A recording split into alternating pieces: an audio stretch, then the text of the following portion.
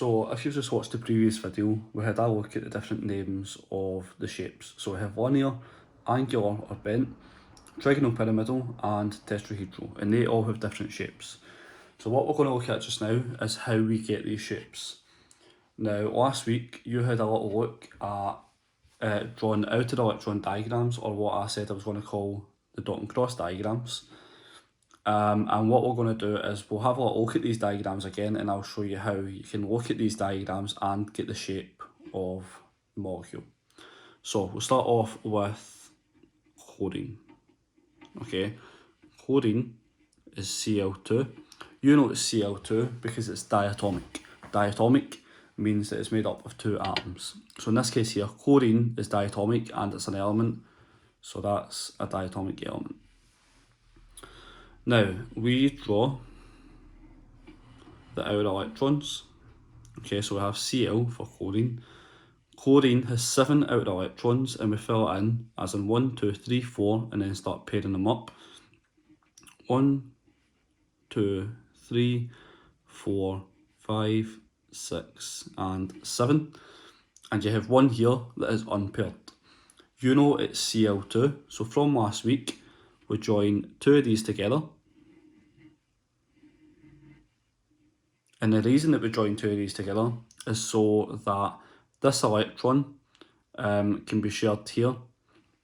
And then with your second chlorine atom, the same electron can be shared in the middle, which gives it an extra electron. When it does this, it is a full outer shell of electrons, meaning that it's got the same electron arrangement as a noble gas. So we have 1, 2, 3, 4, 5, 6, 7. And the same here.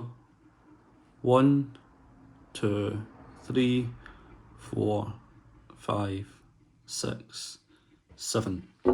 Now you can see that this chlorine atom has 8 in total because it's got this shared one here. This chlorine atom has another 8 in total because it has this shared one here. Remember, this shared pair of electrons equals a covalent bond. Okay, so whenever you see a dot and a cross together, one dot and one cross that's paired up is one bond.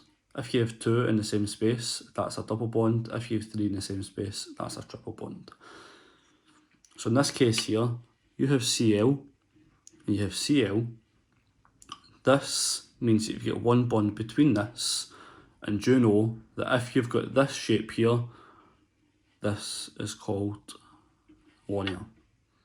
Okay, there's one bond between it, there's only two atoms in total, therefore it's linear.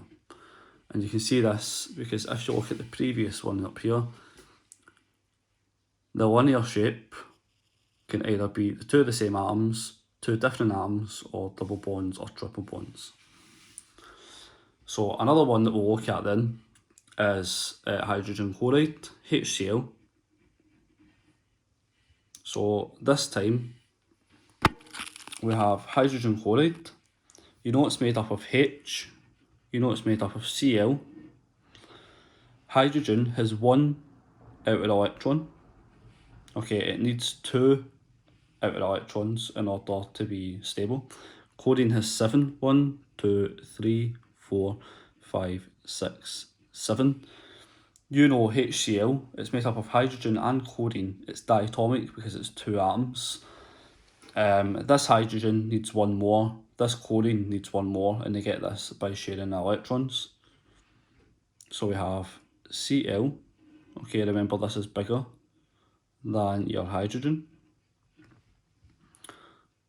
So hydrogen has one electron, so you place that in there. Chlorine is 7, so there's your 4, 5, 6, 7. Hydrogen now has 2, and because it's in the first shell, it can only occupy 2, so it can only have 2 electrons. Chlorine had 7, it needed 8, so with this shared one here, it's now stable. That in there means you've got one bond between them, which looks a little bit like this, and that means that this is also linear. Okay, so this is linear, and they're two of the same atoms, diatomic element. and this is a diatomic molecule because it's two atoms, two different atoms, okay, but it's only made up of two atoms in total. One that's slightly different now, okay, we've looked at linear, now we'll look at bent and angular. Okay, so say we have water. We know water is made up of hydrogen and oxygen. Okay, hydrogen has one outer electron. Oxygen is in group 6, so it has 6 outer electrons. 1, 2, 3, 4, 5, 6. You can see here that you need 2 electrons to make it 8 in total so that it's stable. Hydrogen provides 1, so this hydrogen can share here, and then another hydrogen can share down here. When you've done that, and you've probably done this last week, you have your O in the middle.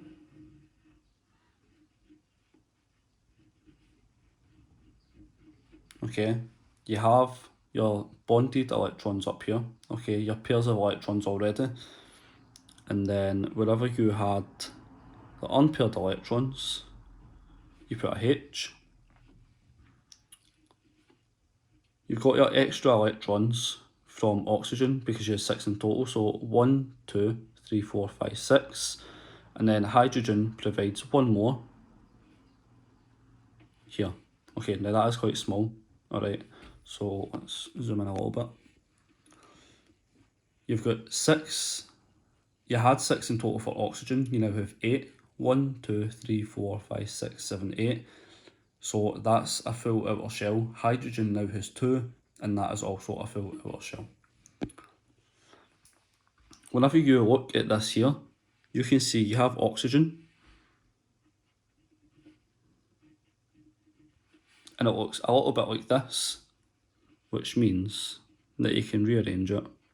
Not rearrange it, but just shift the orientation, and you have HOH, so it's H2O. Water is obviously H2O, and it's angular or bent. Okay, so that's how you do this. You can see here that that would bond up here, that would bond down here, and then it looks angular. There's an angle in the middle. The next one that you need to look at is trigonopyramidal.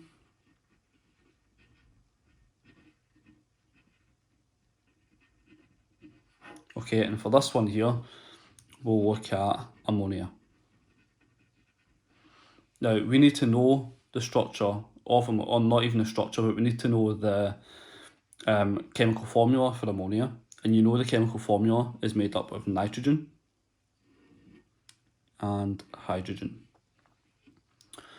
Nitrogen is in group 5, so it has 5 outer electrons. So 1, 2, 3, 4, 5. Hydrogen has 1. Same as last week, you know that a hydrogen can go here, here, and here. That shares the electrons, and where there's a shared pair of electrons, a dot and a cross, that means you're going to get a bond. So if we have N, okay, you already have these up here because these don't change, and then you have 3 hydrogens around the outside. Put in your crosses for your nitrogen, i.e. the electrons that you have in nitrogen. So 1, 2, 3, 4, 5. Hydrogen provides 1 to each. So now you have 8 in total for your nitrogen. 1, 2, 3, 4, 5, 6, 7, 8. You have 2 for your hydrogens, 1 and 2. And when you draw this, you have an N up the top. And then because you've got your 3 bonds here, you have a H. Then with your wedge, you have another H. And then with your dash, you have another H.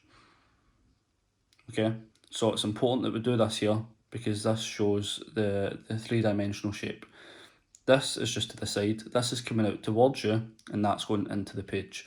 When we're back in school, we'll look at the mods, That's a little ball and stick things that we use in class. Look at the mods, and then we can see how it looks, okay? But that there is trigonopyramidal.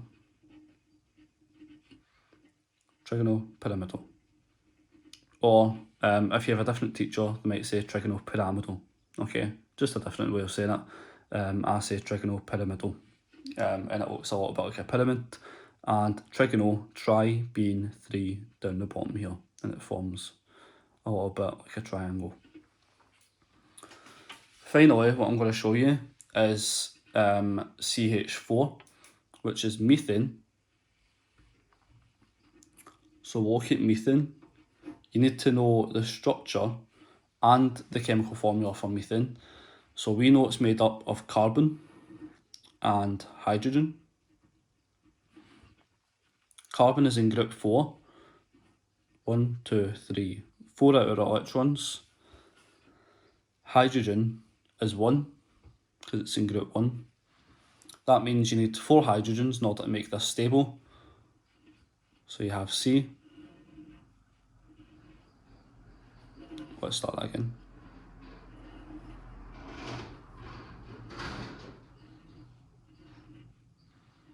You get your 4 hydrogens around the outside. Your 4 electrons for your carbon, and then add in each electron for your hydrogen. You now have 8 in total for carbon, 1, 2, 3, 4, 5, 6, 7, 8. You now have 2 in total for each hydrogen, and this dot and cross here means that you've got the bonds between each. So when you draw that, you have a C in the middle, you have a hydrogen pointing up the way, 1 down to the sort of left and down a little bit, and then you have your wedges and your dashes. Okay, so this is the shape of this here. Now, what I would like you to do, this here is called tetrahedral. Tetra, because it's got 4 around that central atom here. Okay, so these are all the same in this case. If it was carbon tetrachloride, you would have, well, that will be one of the questions that I'm going to ask you below. But sometimes each atom here can be different. Okay, they don't always have to be the same atom surrounding that central atom there. They can be different. Now, what I want you to do now, what I want you to try is to draw carbon dioxide. I want you to draw carbon tetrachloride. And I would like you to draw phosphorus trifluoride. Okay, so tricarbon dioxide, a little bit tricky, but just remember the valency. So carbon has a valency of 4, which means it can have 4 bonds surrounding the carbon. Oxygen has a valency of 2, so each oxygen must have 2 bonds. Okay, so that will help you out a little bit. Carbon tetrachloride, again, just write down carbon, write down chlorine, and then join them up as you do here. And then phosphorus trifluoride, write down your phosphorus, write down your fluorine, join them up, get the shape. Okay, now these are the 3 that I want you to try. Look in Teams for some more work, and make sure you copy down all examples and all the notes that you've seen in the past 2 videos. Hopefully this helps. If it doesn't, comment in Teams, and if you want me to email you, then I'll happily email and try and explain it a little bit further. Okay, so just remember to comment on Teams. Thank you.